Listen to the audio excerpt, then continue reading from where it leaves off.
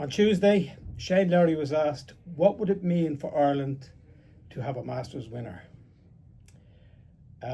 He said, I think it would be one of the biggest things that ever happened sport in our country. Then he laughed, so I try not to think about stuff like that. Gentlemen, we have just witnessed the first Irishman ever to win the Masters. And I guess the most obvious question is, what was it like to be here? Conor.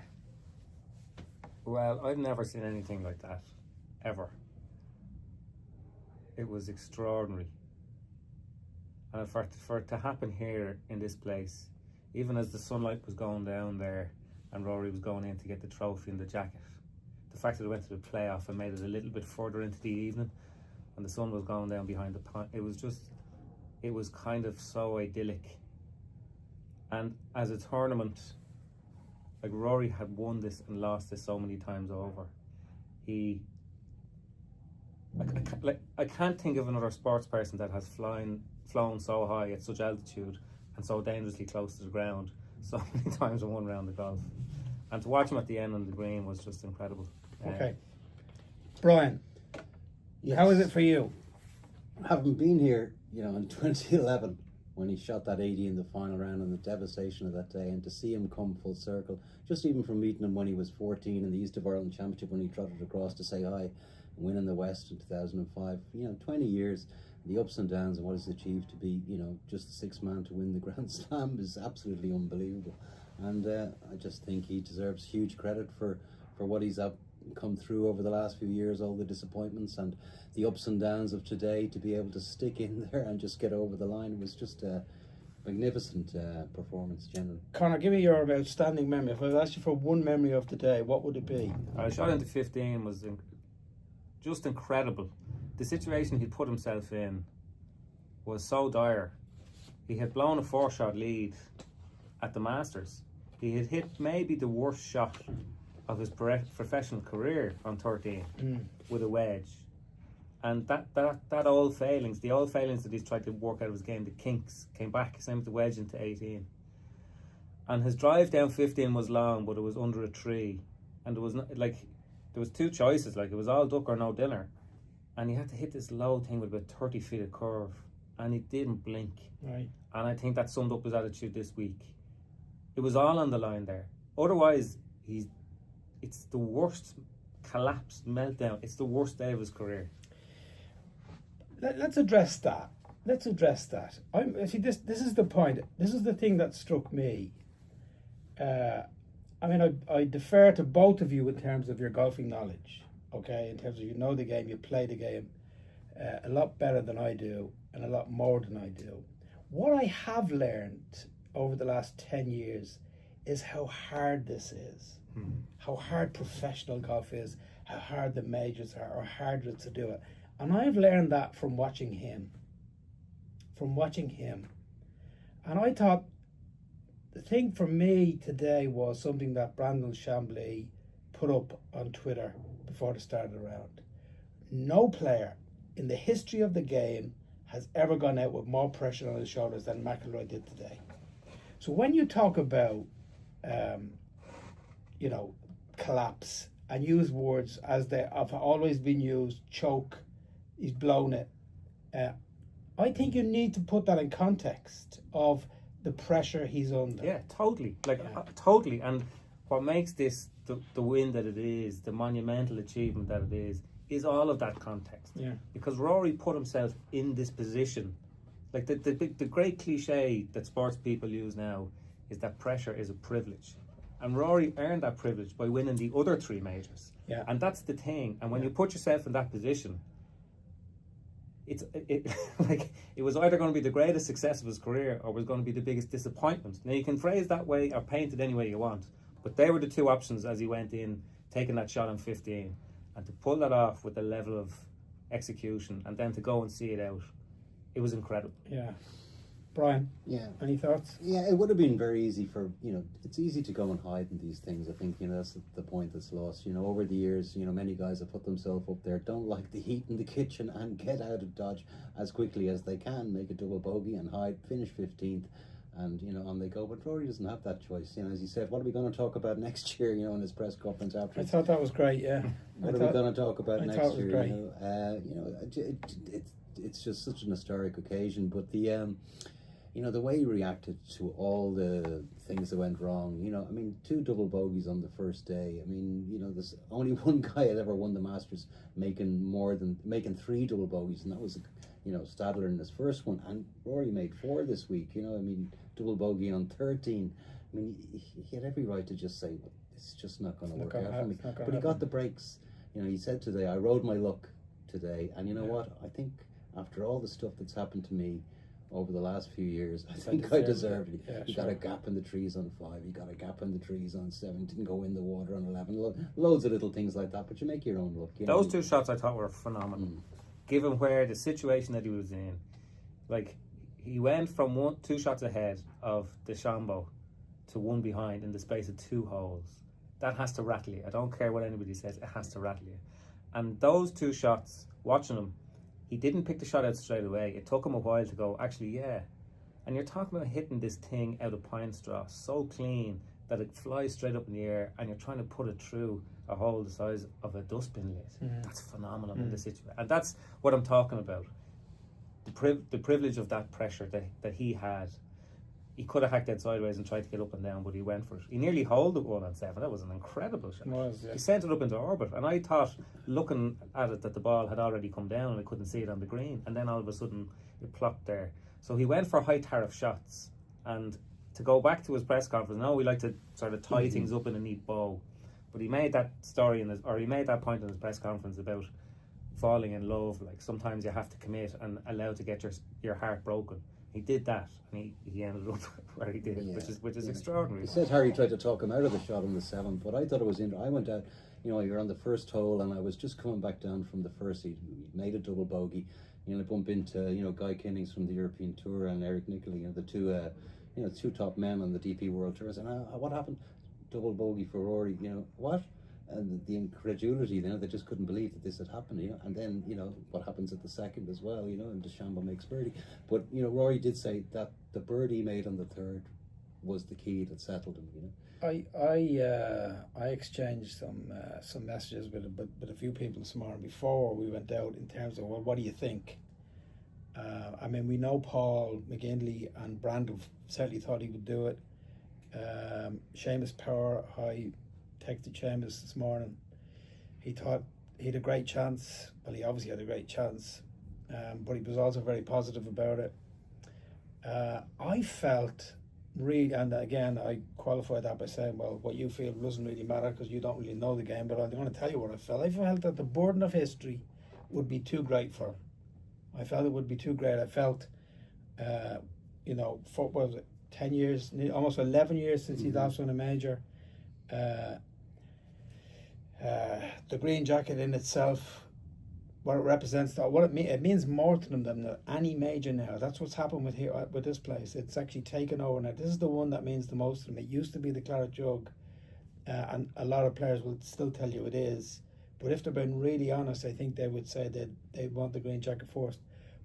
But more than anything, or added to that certainly, the weight of the career Grand Slam, to join that club that is so small and guarantees. But I felt the weight of history of those 3 things combined would be too great. Yeah, I felt the same as you. I did. I have to say, I had that suspicion as well, particularly after going behind so early in the day. And he said himself in his press conference, and it was okay. Here's a question, right? Be honest about this, both of you. Where were you in terms of he's going to do it, he's not going to do it, as the round went on? I probably switched sides. 5 times. Okay. Probably switched. Can you sides. pinpoint when that went? When?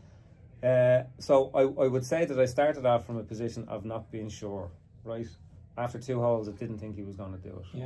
Yeah. When DeChambeau started going backwards, so at the turn then when Rory went 3, I thought he was going to do it again.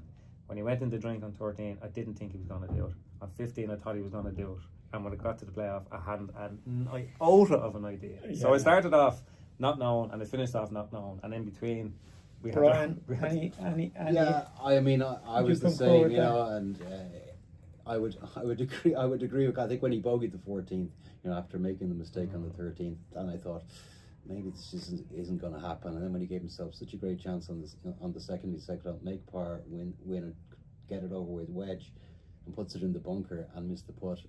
I really thought, wow, maybe the fates are going to, go against him here. But he spoke about the pressure of being tipped by Nicholas. Yeah, Watson that didn't and help. Claire. Yeah. It doesn't help. But he said, I'm the eternal optimist. And these guys are, Padraig Harrington, Graham McDowell, these guys, Larry, they're special people to be able to deal with these kind of pressures. And the skill that they have is so phenomenal. I don't think we really have any concept of how good they are at this game to be able to zone in and actually execute these shots. Not all the time, but most of the time. But Rory said, I'm the eternal optimist, and I think that's what they have, these top Well, I got up this morning and I was looking to trying to figure out what I was going to wear. I bought this beautiful shirt last year in Pinehurst with a lovely Pinehurst crest, pink.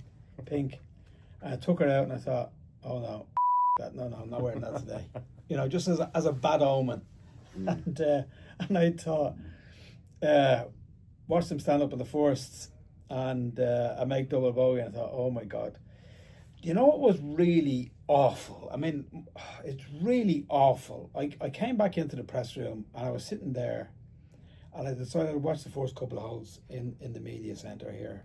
And the cynicism, fellas talking behind about him, it was just awful. Right. Just absolutely appalling. And I've witnessed it before. I remember being down by the 11th tee, a lot of Irish fellas come over and they start talking about why they were here. And I said, what about Rory? Choker, he'll bottle it again, he'll never do it. And again, this was the kind of tone of what I was hearing in the press room after those first holes. It was actually, oh look, it didn't take him long to lose it today, only 33 minutes. That's after DeChambeau had birdied on two. So I think to overcome all of that crap, that he can stand up there now with the green jacket is an absolutely huge achievement. And to do it here as well, I know that Augusta, the mythology of it, but you get a sense of that as soon as you come here. And if you're a player and you want to win here, and you've been here as many times as Rory, it's not a golf course, do you know what I mean? You can feel the history everywhere. Every time he goes into the media room, the walls are adorned with all the people who have won it before. And to break, I thought Rory had a great chance of winning a major this year, genuinely, not being wise after the event, the way he had sort of broken down what his problems were, how he improved and all the rest of it. But given the major rota, you wouldn't have picked here. No, I wouldn't have picked here. No chance. And no. to have done it here is incredible. Yeah. It's total fairy tale stuff for Rory Mac, because just on Rory and people's perceptions of him, by 2014 I remember being a little bit ambivalent about Rory McIlroy from afar, just because he was almost he was too talented, too superhuman, too successful. And I think over the last 11 years, not only has we've kind of watched all those really big disappointments. I think he's humanised, but I think we kind of shared a lot. A lot of people who follow golf, particularly Irish golf, would have shared his pain, and I think that's why people are so happy for him tonight. Where were you when he did it, Brian? Where were you when he actually did it? Where did you see it? On my large screen in the media centre. Okay. I was looking at the backs of people's head on the 18th. You were on the 18th green? Yeah. Well, so I was on the 18th, and I was in the little area there where they walk off, just for regulation base. So I couldn't see anything. Yeah. But all you could hear was the crowd reaction. So we knew he was close. What was the putt for in regulation? 6 feet? Oh, in regulation, 6 feet. 6 feet. Something like that. Knew he was close. So I was listening, and then there's this groan, right? And I thought, oh, Jesus. So he comes in there, and I thought, right, I need to see this now. I don't want to go back up to the media centre. I want to be here. So he walks off. I want to be here for. So I ran into the grill, the clubhouse grill, just behind there, and there's TV screens there, and they didn't see me. I could see Brendan Lowry was sitting around the table with Tommy Fleetwood and Wendy Lowry, and actually Shane wasn't there. That'd be a good question to see where Shane was. But they were sitting down in the corner watching the screens. So I watched the playoff on the screens in this the grill room, and something incredible happened because obviously Rose misses the putt, and Rory then has, what was it, 4 feet? Yeah, probably 3. Probably 3.5 feet, and we're looking at it there, and you don't realise there's a delay. There's a delay on the TV feed. So we hear this big cheer, we think, fuck, he's done it. Before he's even stood up to the putt, it was just incredible. And then we just dashed to the door then. Yeah. But it was really odd, to be sitting there watching, oh, Jesus, Jesus, Jesus.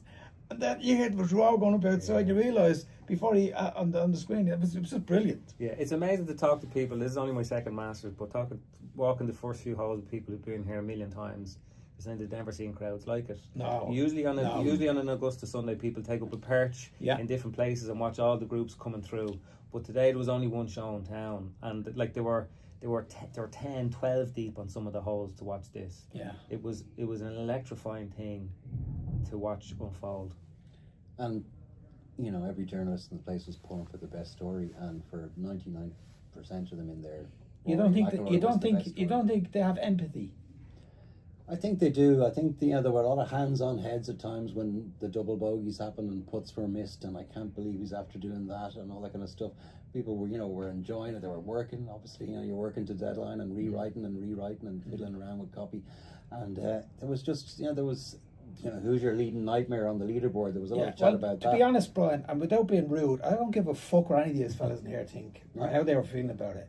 What mattered today? The outstanding memory was when he did it. Yeah. And when he got that, when he broke down and the tears on the green. Never seen that. I've never seen anybody. Now, he said in his press conference, it was interesting to say that he said it was all relief, and I can imagine that, because can you imagine the amount of stress and worry? And he said even as well, he admitted at various different times, I thought that it was gone. So to get back and to do it in that situation, carrying the burden for 14 years. Well, his honesty has always set him apart. To say how nervous he was when he grew up this morning, couldn't eat, comes to the first tee, still really nervous, double bogeys the first. To do it, to come through all that, and to do it is just was a reset when he came off the 72nd hole. Yeah.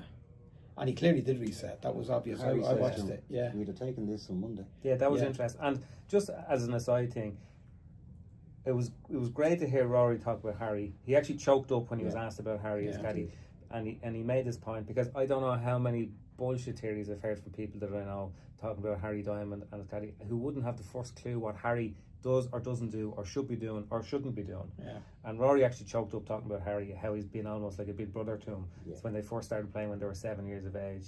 And I was watching Harry there, and I don't know the guy at all, but I've never seen a cooler person in that situation. No. I saw when Rory hauled the putt, he turned around and shook Justin Rose's caddy's hand. Yeah. And there wasn't a sort of a glint there. No. So I think he has done an incredible job this week. I thought it was great that Rory paid such a genuine tribute to him there as well. And tough on Justin Rose, you have to say. He played so well all through the week, and really gave it. You do feel for him, and indeed for Shane, who had a tough day today, like a terrible day. And it was lovely to see him there. Not that you ever doubted he was going to stay, but it was lovely to see him there and embracing at the end, like a really, really great thing. Yeah.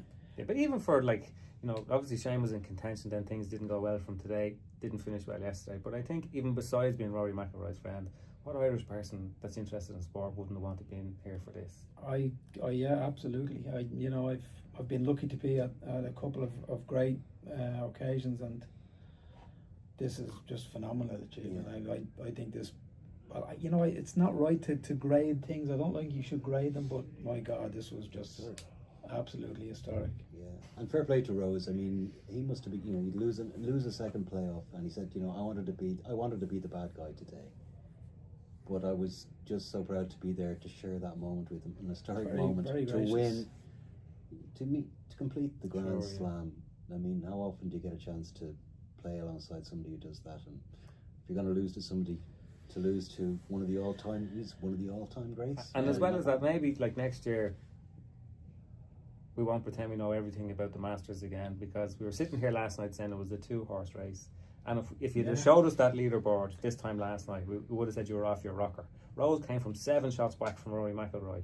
7 shots at the start But of the day. that is going to be interesting actually in terms of where it rates in most exciting Masters. I mean, it really was extraordinary, wasn't it? Well, Tigers, obviously, when they all fell apart on the 12th hole, and Yeah, that was- suddenly, you know, Yeah. he wins the Masters, you know, 2019. That was an incredible scene at that 18th with his kids coming off the green with There feels like this was up there with that. But I this think fits like it ranks alongside that one. yeah, like excitement is one thing, but like I'd always rank sort of sporting. I wouldn't rank, but like when you're trying to value them, if you want to put it that way, you're talking about sort of moments, and I think there was more moments in this than any golf tournament I can remember. Yeah. Like there was just incredible moments. Like they'll show that round of golf forever, lads. Do you know what I mean? Yeah. Like we've been here all week, and every time you look at the screen, they're showing Tiger, they're showing Nicholas, they're showing all of those things. Yeah. What we saw there will be shown forever. It will, yeah. Like, I mean, you talk about, you know, Faldo and Norman. That was like death by 1,000 cuts, and poor old Norman, you know, just slowly but surely, you know, bleeding out on the golf course. But this was just like the Battle of Waterloo, you know, such a close run thing you never saw in your life, you know. And there you go, the Duke of Wellington, Rory McIlroy.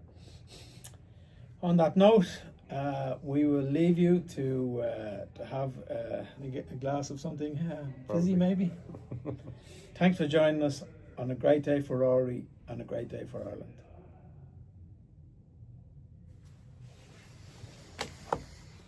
That's that.